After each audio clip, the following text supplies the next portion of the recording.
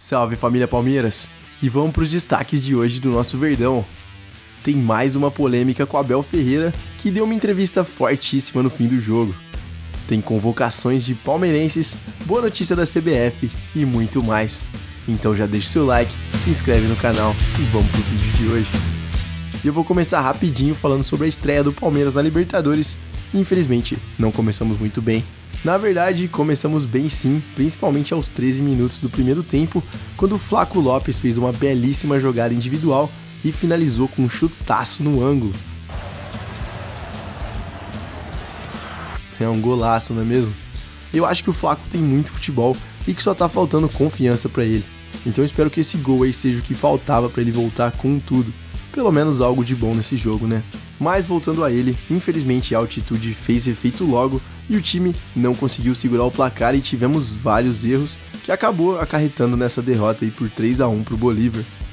Em uma análise feita por todos os torcedores e também pela mídia, o Jailson foi considerado o pior jogador em campo. Inclusive, o GE deu nota 2 para a atuação do volante, que além de jogar muito mal, ainda conseguiu, de novo, ser expulso no primeiro jogo da Libertadores. Igualzinho aconteceu em 2022. E se no ano passado foi no final do jogo e já tínhamos um placar bem confortável, dessa vez não foi assim e essa expulsão prejudicou muito o time do Palmeiras, que acabou derrotado. E apesar de achar que o juiz exagerou no primeiro amarelo pro Jailson, ele não poderia ter dado essa bobeira e tomado o segundo amarelo do jeito que tomou, não é mesmo? Pulou com a mão totalmente aberta e por pouco ainda não cometeu um pênalti nesse mesmo lance. E com um jogador a menos na altitude, o Palmeiras rapidamente sofreu a virada. E apesar dessa atuação ruim, a gente tem algumas explicações para dar uma aliviada. O time era totalmente reserva, eles nunca jogaram juntos, muitos jogadores tinham pouquíssima experiência e alguns, inclusive, até fizeram sua estreia no time profissional nessa partida. Outra questão que não tem como ignorar é a altitude, mais de 3.600 metros, não tem como falar que é desculpa. O time pareceu super cansado já na metade do primeiro tempo. E outro problemão foi o juiz, é claro. Ele errou demais na partida toda e estava totalmente caseiro. E falando em erros da arbitragem, fora o primeiro cartão amarelo errado para o Jailson, que a gente já comentou, fomos prejudicados em mais um lance importantíssimo. Enquanto o jogo ainda estava 2-1 e o Palmeiras estava pressionando, o jogador adversário acertou essa entrada fortíssima no Mike, dá só uma olhada. E você acredita que o VAR nem chamou o árbitro e o árbitro também nem deu falta?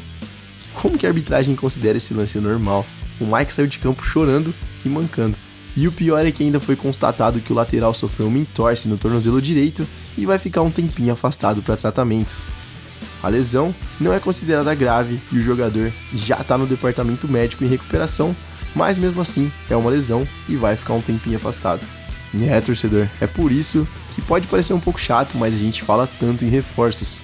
É claro que o time é bom, mas a temporada é longa e vamos ter esse tipo de problema. Fora convocações, suspensões e tudo mais. O Mike é o reserva imediato do Marcos Rocha e agora só teremos o garoto Garcia para caso a gente fique sem o nosso lateral titular. É claro que ele é bom, mas não tem experiência nenhuma. O Palmeiras não informou o prazo de recuperação da lesão, mas alguns jornalistas informaram que o prazo costuma ser em média de 2 meses. Complicado, hein, torcedor? Tirou o cara por 2 meses e nem falta o juizão deu. Parece que não é só a arbitragem brasileira que é muito ruim, né? E quem também mostrou seu descontentamento com a arbitragem foi o nosso técnico Abel Ferreira. Em entrevista coletiva pós-jogo, o nosso treinador deu a sua opinião sobre a derrota. Sim, é verdade, tivemos dificuldade, mas não foi só da altitude. Entramos muito bem no jogo, tínhamos uma estratégia traçada para o jogo, muito bem, fizemos o primeiro gol, podíamos ter feito o segundo, mesmo depois de ter sofrido, podíamos ter feito outro gol. Nós temos muitas oportunidades na primeira parte e depois houve uma terceira equipa que nos prejudicou muito. É verdade que cometemos erros que temos que corrigir, mas assim é muito difícil nós conseguirmos correr atrás de um adversário que está habituado a jogar aqui. Como disse, estávamos à espera de 2 adversários, o Bolívar e outro altitude. O terceiro não estávamos à espera. Realmente o Palmeiras sempre é prejudicado pela arbitragem e sem dúvida tivemos esse terceiro adversário aí na partida. É impossível dizer que o juizão não atrapalhou, tirando um jogador nosso logo no primeiro tempo e deixando o Palmeiras com 10 na altitude. E mesmo com a expulsão do jogador adversário depois, o jogo fica mais puxado pra gente, já que com menos jogadores tinha mais espaço pro time boliviano correr e atacar, já que eles estão habituados com a altitude. E agora vamos continuar seguindo contra tudo e contra todos. E foco total na decisão de domingo, que é o que mais interessa agora. A Libertadores depois eu tenho certeza que a gente vai correr atrás e vai se classificar, com certeza. Mas e aí, qual a sua análise sobre o jogo?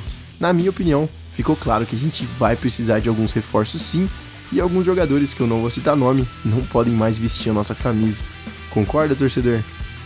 E o dia de ontem também foi marcado pela estreia dos novos reforços do Verdão. Arthur, que já entrou como titular, não foi tão bem em campo e não teve muitas oportunidades, mas a gente tem que ver que ele jogou improvisado na meia, em uma posição que ele não está acostumado e ainda teve que encarar essa altitude gigante, né? Eu acho que ele nunca tinha experimentado essa sensação. Então, é normal ele não ir tão bem. Já o Richard Rios, apesar de ter entrado só no segundo tempo, ele me surpreendeu demais. Eu achei que ele jogou muito bem, mostrou muita qualidade e parece correr o tempo todo, morde toda hora quem tá com a bola e tem habilidade para subir pro ataque. É claro que foram só alguns minutos, mas mostrou muito potencial e espero que ele consiga ser titular aí em breve. E o volante ainda causou a expulsão do Sagredo, jogador do Bolívar, após sofrer um pisão no pé. Mas e você, torcedor? O que achou sobre essa estreia dos nossos dois reforços? Me conta aí nos comentários, porque eu quero muito saber a sua opinião. Pra mim, 2 contratações acertadíssimas. Agora, rapidinho sobre o Paulistão, nessa sexta-feira às 10 horas vai abrir a venda para o público em geral. E até na quinta, às 4 horas da tarde, já tinham sido vendidos 36.800 ingressos. Então, quem não for sócio Avante e quiser acompanhar o nosso Verdão, vai precisar correr para garantir o seu ingresso assim que abrir essas vendas. E como já dissemos anteriormente, por causa da lesão sofrida, o Mike vai ser um desfalque certo nessa partida. E quero falar agora sobre a seleção brasileira sub-20. Como todos sabem, o Palmeiras não liberou 3 jogadores para ficarem aqui no elenco principal: o Hendrick, o Giovani e o Luiz Guilherme. Mas foi divulgado hoje que o elenco sub-20 vai contar com outros 2 reforços do Verdão. O meio-campista Pedro Lima e o atacante Kevin são os novos convocados para os amistosos da seleção brasileira. Com essas alterações, os 2 jogadores do Verdão vão se juntar ao goleiro Kaique e ao zagueiro Michel, que já tinham sido convocados e liberados pelo Palmeiras. Tá forte demais a nossa base, hein? Se for contar todos os jogadores, a gente teria simplesmente 7 convocados para a seleção sub-20. Muito legal ver o quão estruturados a gente tá nessa parte, né? E boa sorte aí para nossas crias, que eles possam ter oportunidades em campo e que possam jogar muito. E mudando de assunto, uma boa notícia agora, ainda bem, vamos ter mudanças no Brasileirão. A CBF anunciou algumas novidades para o Campeonato Brasileiro e elas são as seguintes. Após a revisão do VAR, os árbitros vão transmitir para todo o estádio a decisão através de áudio e vídeo, o que vai facilitar muito. Até porque quem está presente assistindo no estádio às vezes nem sabe o que está acontecendo e é muito bom ter transparência nesses momentos, né? Outra mudança vai ser em relação ao impedimento, que agora vai ser ajustado para beneficiar o ataque e diminuir aquelas polêmicas naqueles lances milimétricos, que eles sempre acham um jeitinho de ajudar uns times e prejudicar os outros. E na verdade eu acho que eles vão continuar dando esse jeitinho, mas vai melhorar um pouquinho. E vai ter também uma redução no número de jogadores que podem ficar no aquecimento e por fim vai ter um aumento nos acréscimos das partidas, visando diminuir o tempo perdido com aquela famosa cera. E eu acho que essas mudanças vão ser positivas, vão deixar o futebol brasileiro melhor e agora só falta a profissionalização da arbitragem, né? Já tá na hora, CBF. Mas e você, gostou dessas mudanças? E para finalizar o vídeo de hoje, mais uma polêmica envolvendo Abel Ferreira, é claro. Após a derrota de ontem contra o Bolívar, o nosso treinador está sendo muito criticado. Como eu já disse recentemente, o Abel afirmou que tivemos 3 adversários no último jogo: o time boliviano, a altitude e a arbitragem, o que eu concordo totalmente. Mas tem jornalista aí que não aceitou esse argumento. Hoje no programa Bate Pronto, os apresentadores Mauro César Pereira e Flávio Prado deram as suas opiniões sobre o Abel. Arbitragem, o que mais acontece é o técnico do Palmeiras reclamar da arbitragem quando perde. Então não me surpreende. Flávio. É vergonhoso isso. Ele tem que admitir que ele errou, que ele fez bobagem, ele levou o time todo reserva, ele tá com medo do Água Santa, quer dizer, isso é que ele tem que falar. Um time com o nível do Palmeiras tá com medo do Água Santa, é uma piada, né? O Palmeiras aconteceu de perder o primeiro jogo, ok, mas e perdeu merecidamente. Agora, pô, ele tá com medo do Água Santa, é uma piada, não tem a menor condição. E quem também fez questão de criticar o técnico no Twitter foi o jornalista Milton Neves. E na minha opinião, ok, o Abel Ferreira poderia sim ter feito algumas escolhas diferentes, como não insistir no Jailson e colocar o Richard Rios de titular. Também poderia dar um pouquinho mais de oportunidades para o Giovani, por exemplo, que sempre entra bem nos jogos, mas quase sempre é deixado de lado.